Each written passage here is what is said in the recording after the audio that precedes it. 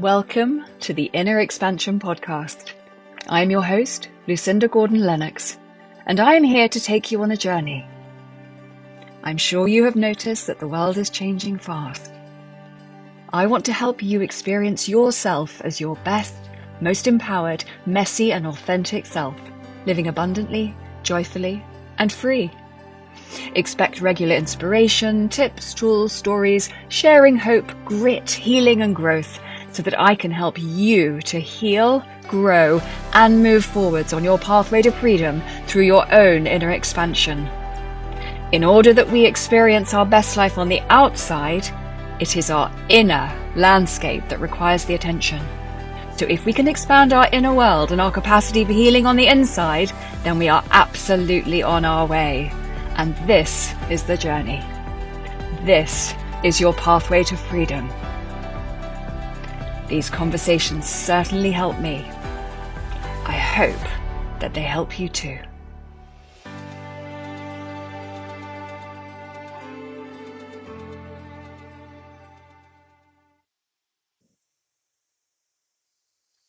Hello, and welcome back to the Empowered podcast. And today I wanted to come in and talk about survival.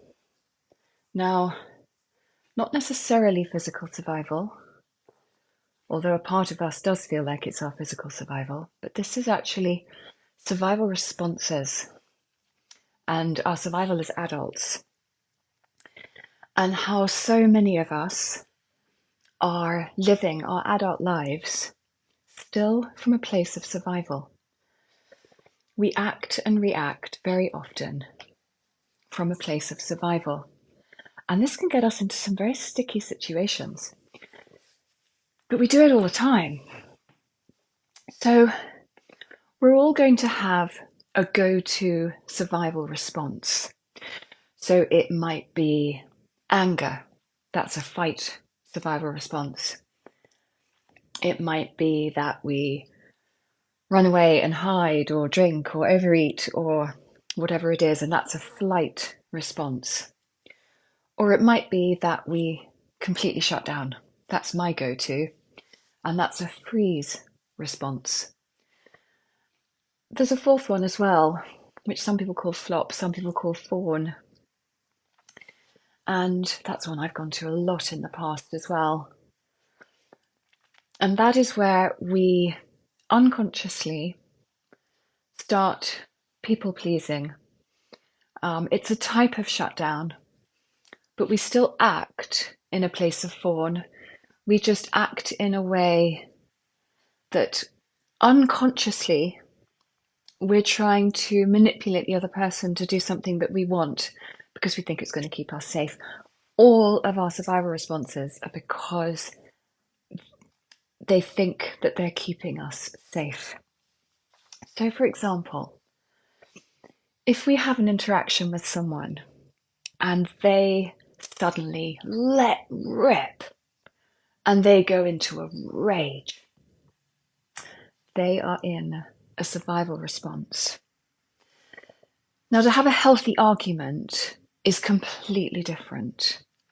To have a healthy argument comes from a place of adult and emotional maturity. But when we start raging, or when someone starts raging at us, we have gone into survival.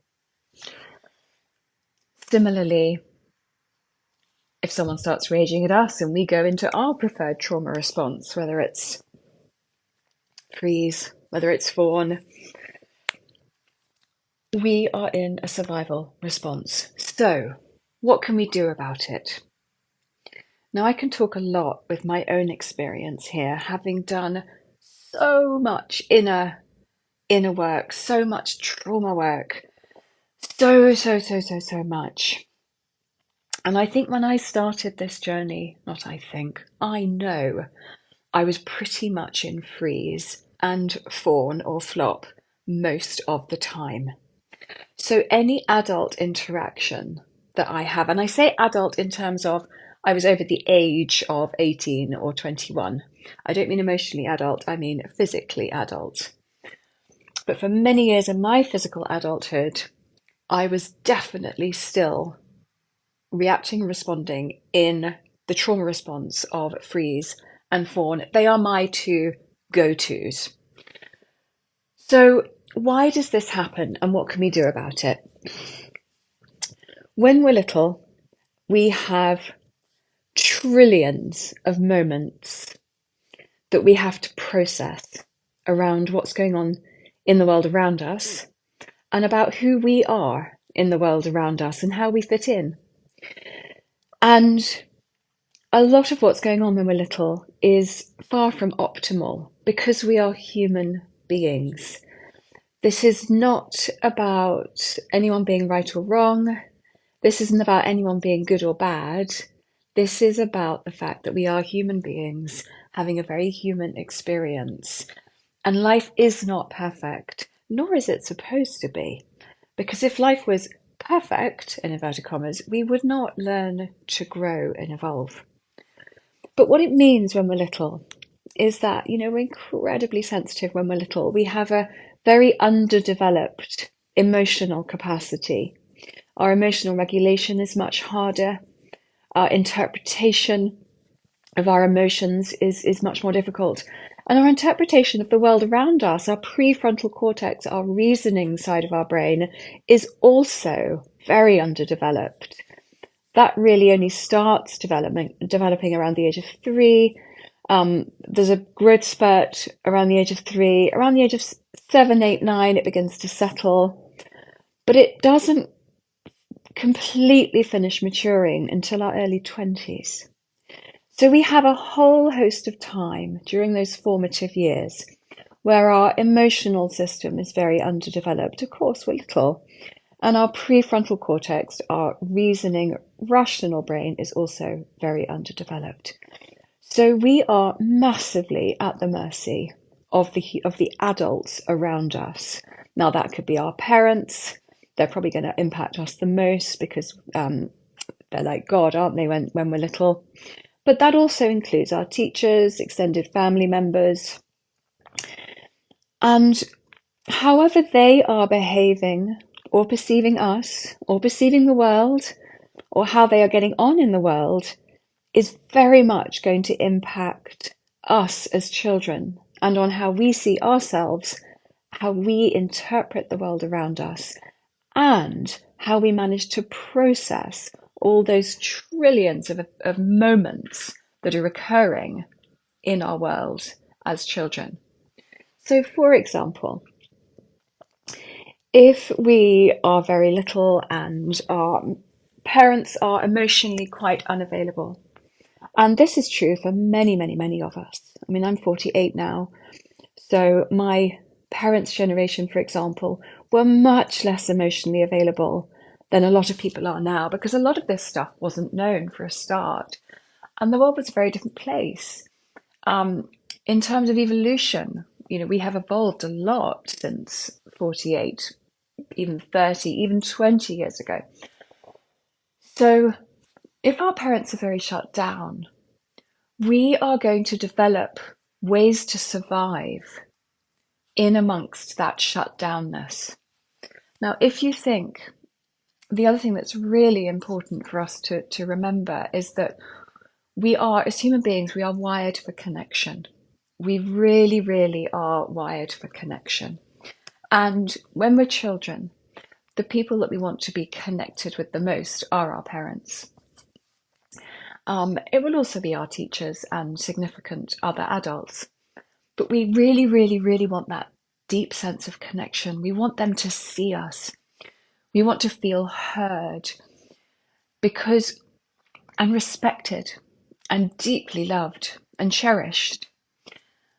Really, really seen for who we are, because that helps us not only to develop our own sense of self, but it also helps us to feel really safe with who we are.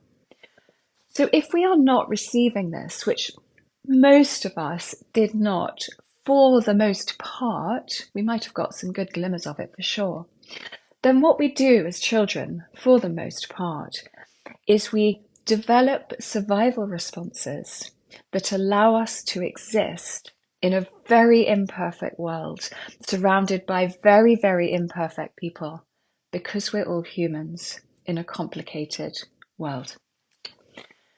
So these survival strategies that we develop as children are the survival trauma responses, the fight, flight, freeze, or flop. And so if our parents are very shut down, we might develop the freeze or the fawn flop response. That might be our go-to survival response, because we'll experience our parents or our caregivers or those around us, and it won't feel safe to connect.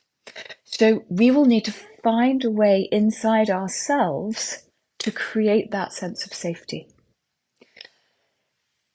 And that might well be to shut ourselves down, or to change ourselves into something that we think our caregivers might want of us. So that would be the sort of fawn flop response as well. If we have very volatile parents, we might develop much more of a fight response. These are not finite definitions, by the way. I'm just giving you an idea of how, when we're little, we really do develop a lot of survival responses, completely unconsciously, literally because we believe that our life depends on it. Now, this is really, really clever feat of human nature, actually, because if we are living in adverse conditions, and when I say adverse conditions, I don't necessarily mean the most hideous conditions on the planet. This isn't just for all those abandoned children in Gaza right now, for example. Of course, that is utterly adverse. But there are adverse conditions within our first world as well, on a very, very deep level, because of what we need as human beings on a very, very deep level.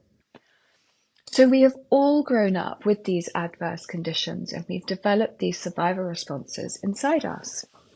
Now, we might get to the stage at some point in our adult life where, in order to sustain these survival responses, we've had to do something very harmful to ourselves.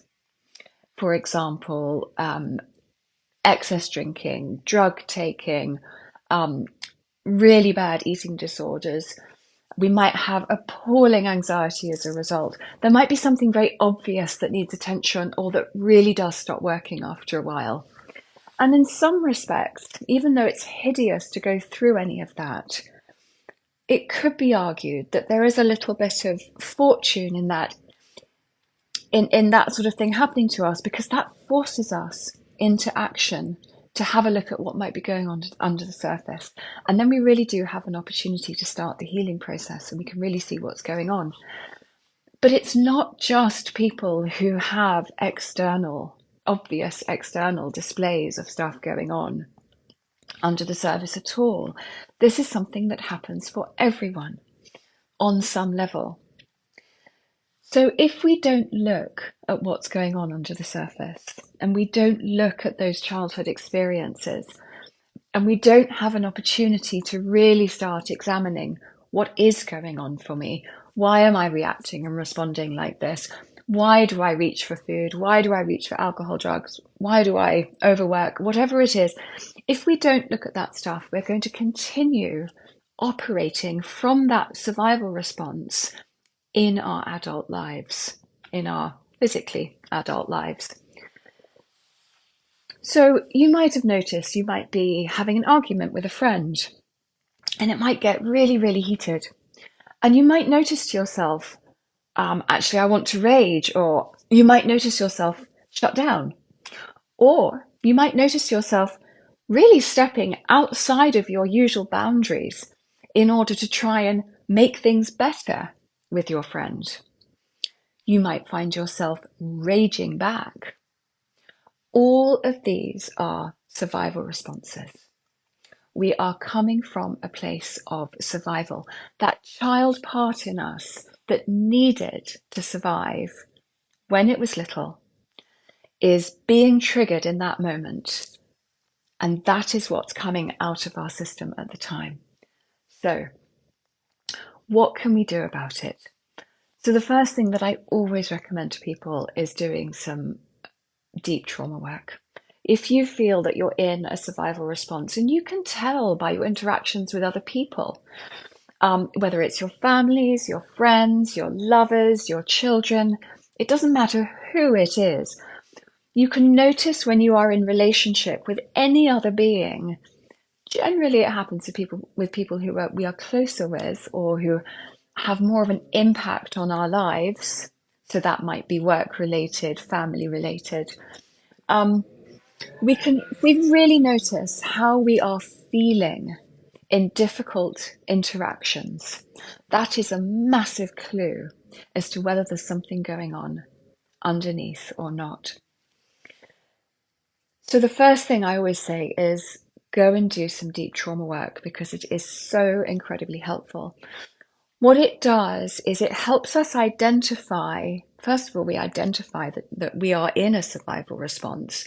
So for example, so-and-so started screaming at me and it felt really abusive, and I just felt my insides just go into deep terror. Now, we might be 48 years old, but we're still going into deep, deep terror because somebody is screaming at us. We might notice that somebody is screaming at us and we go into rage. And we think, oh, that's a big reaction. That is a survival response. So what's happening in that moment is that the child part of us, the child part that needed so desperately to be in a survival response, literally in order to survive when they were little, is being triggered in that moment and is coming out to play, if you like. So step one is going to do some trauma work. If you don't feel that you need the deep trauma work, another thing, although I highly recommend it because it's so much quicker and so much more effective, then another thing you can do is see if it helps just by taking this information and noticing to yourself, wow, I go into freeze, this is for an example, when someone screams at me. When someone oversteps my boundaries or does something that I don't really like, I'm the one who always tries to go and make peace and make it up, and it feels a little bit, if I really look closely, it feels a little bit icky. When we can start to notice that about ourselves and really notice, that's a child part of me, then what we're doing is we're bringing conscious awareness to a part of us that is still locked in distress from a long time ago. Now, it might be enough for us just to bring conscious awareness onto that part. And we can say to that part of us, hey, I see you. Wow, I see you. You're terrified. You're young. I see you. I've got you. I see you. I've got you. The adult part of me, I've got you. And the more we bring conscious awareness to those parts of us that still get activated into a survival mode, the more we can actually step out of that part. Because once we shine a light on what is happening, okay, so this isn't the truth of what is happening in this situation. This is me being activated into a survival response that I needed to have when I was very little and that hasn't completely healed yet. When we realize that that is what is occurring, then it is much less challenging for us to really be with that part of us that is experiencing that level of distress, but from a much more adult perspective. Now, we still might be feeling all of those feelings that the triggered part is experiencing, yes, and by God, does that feel incredibly real. But by bringing that conscious awareness in, what we are doing is we are inviting the adult part of us to also come into the frame. So it's about being with the hideous experience of the terror or whatever it is, or the rage, bringing conscious awareness into the notion that, this is a younger part of me. It feels completely real right now. I can literally feel how horrendous this is. But I know also that that is the younger part of me, frozen in time, and not the ultimate truth of who I am today. So when we do that, we are bringing both parts into our conscious awareness at the same time. The younger part of us that was frozen in time, that's having the huge response, and our adult part. And when we can bring both of those parts in at the same time, then we can be with the utterly horrifying experience that we are literally experiencing our body, and we can feel it. We can feel the survival response all over our body. But when we can bring in that adult part as well and be in the experience from the past, we are much better placed to then not react and respond from a place of survival anymore. So I mentioned earlier that my go-to trauma response still is freeze. For a long time, it was fawn as well, but I've worked very, very, very hard bringing conscious awareness into my fawn response and really working on boundaries. And by bringing that conscious awareness in, I can actually say now that my fawn response is way less active than it used to be. My freeze response is still pretty active. So if somebody starts screaming at me and it's someone very close to me and there is something very heated and very emotional occurring, and let's face it, this is life. Life has ups and downs. It has good bits. It has bad bits. This stuff happens. If we're out there living life, this stuff is going to happen. So if somebody is screaming at me, I freeze.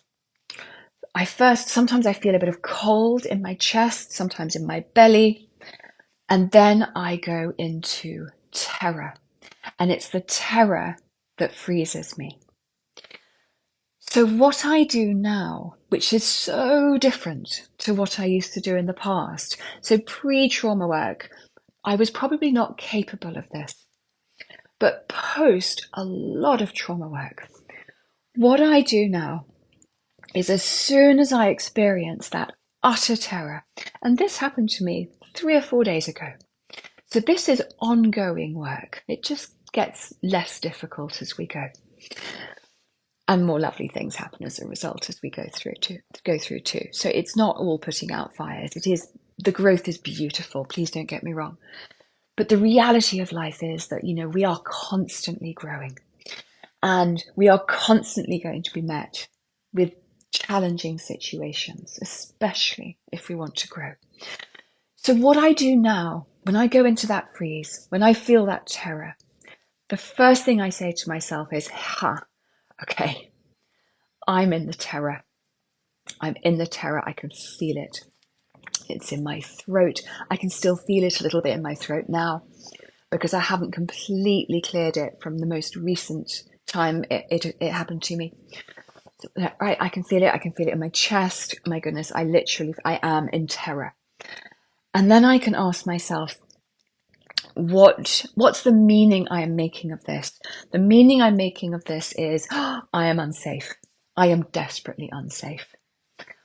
I want to die. Whatever it might be, it's around safety. It's generally around safety. So then I really stay with that experience. I don't try and change it. I don't make it wrong. I don't try and fix it. I don't try and run away from it. I stay with it. And this is a real benefit of having done a lot of trauma work, is that when this does happen, and it will happen because we're all human beings, when it happens, we can then sit with it. And trust me, in the moment that it's happening, it feels very, very real and very, very true. My system feels incredibly under threat. And there's a part of me that feels I might die. Now, I might change the language because I'm an adult, and it might be deflected into other areas. It might be, I'm going to be homeless. I'm going to be destitute. I'm going to be alone forever. Whatever it is, I'm going to make up a story that's going to fit how I'm feeling. Now, that's the meaning that we make of it. So once I notice that I'm making meaning of it that is really unhelpful and not the ultimate truth, then I can sit with that and I can it will start to shift. Now, I know now that the terror is not the ultimate truth of who I am. So I can sit with it, I can be with that experience, and I can bring conscious awareness onto that part of me that still feels the terror. And I can say to myself, okay, that's right. You felt terror a lot of the time when you were little. When you were little, that feeling of terror meant to you, I am not safe, I won't survive. As I bring the conscious awareness into that and really be with that experience, knowing that it is not the ultimate truth of who I am now, but that it is a younger part that is still perhaps remembering that experience from when I was little, I can very, very slowly, as I'm ready, invite that adult part to come in and help with the soothing. So that is a little example, just using myself. The same can be done, whatever the trauma response is, the survival response is that we tend to fly into. If we can bring that conscious awareness into our system, into that part, whilst really being with the experience that we're going through, then our system can begin to settle. Now, another reason why this work is so important is that when we are triggered into a trauma response, into a survival response, our prefrontal cortex very often gets shut down, it goes offline. And this is Mother Nature's way of ensuring that we get to safety. Because if we went into that trauma response with our thinking brain online, we wouldn't necessarily get to safety because the thinking brain takes too long to make up its mind. So when we're in a survival response, we've lost that part of our brain that's able to think clearly. And that's one of the reasons why we really buy into the old story. I'm unsafe. I'm unlovable. I'm going to be destitute. I'm going to be alone forever. Whatever the story is that we are saying in our heads, one of the reasons we buy into it as the truth when we're triggered is because our prefrontal cortex, our rational brain, has gone offline. It's been shut down.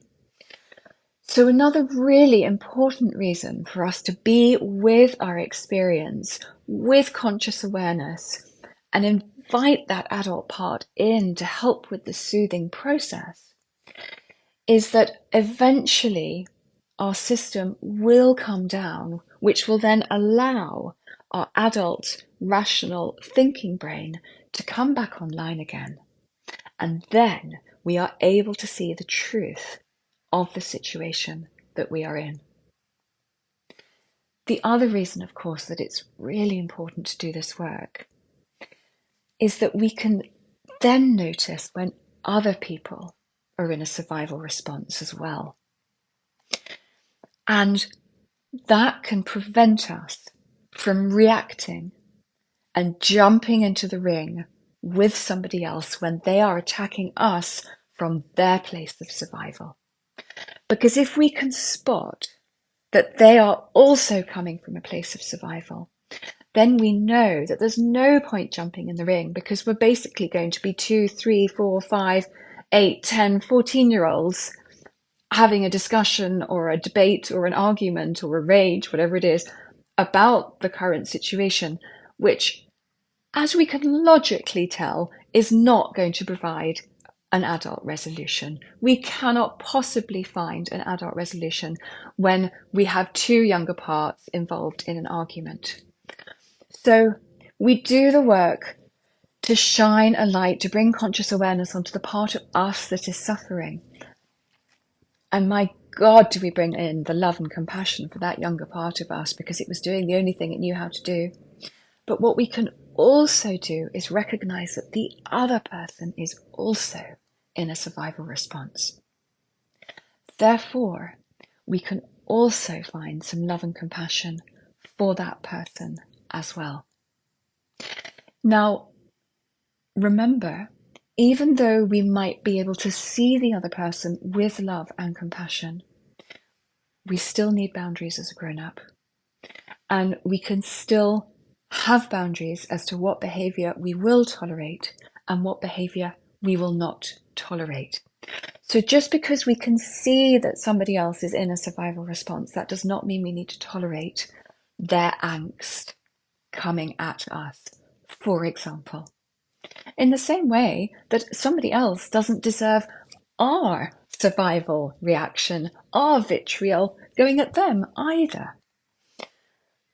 So lots of love and compassion on those younger parts that were in survival for a bloody good reason at the time when they were little. Not just for ourselves, but also for the other. But also maintaining the boundaries that we need, working out what behaviours we do accept and we don't. And this is all just part of navigating our way through the adult situations, bringing a ton of conscious awareness onto human behaviour from a trauma-informed, through the trauma-informed lens, because it just does help us come back to ourselves an awful lot quicker, and hopefully also helps us to move forwards in challenging situations an awful lot quicker and more comfortably, and enabling us to grow at the same time. So I hope this was useful. It's one that's really, really dear to my heart, this idea that we really are, as adults, predominantly unconsciously operating from a place of survival, because that's all we were literally able to do when we were little. But the more we shine a light on it, the more we bring conscious awareness to it, the more we do the healing on it, the more we stop hurting ourselves, the more we stop hurting others, the more we stop allowing others to hurt us, the more we grow, the more we move through the inevitable challenges of life. And frankly, it just makes everything a lot less challenging. I hope you have got something from this, and I look forward to seeing you soon.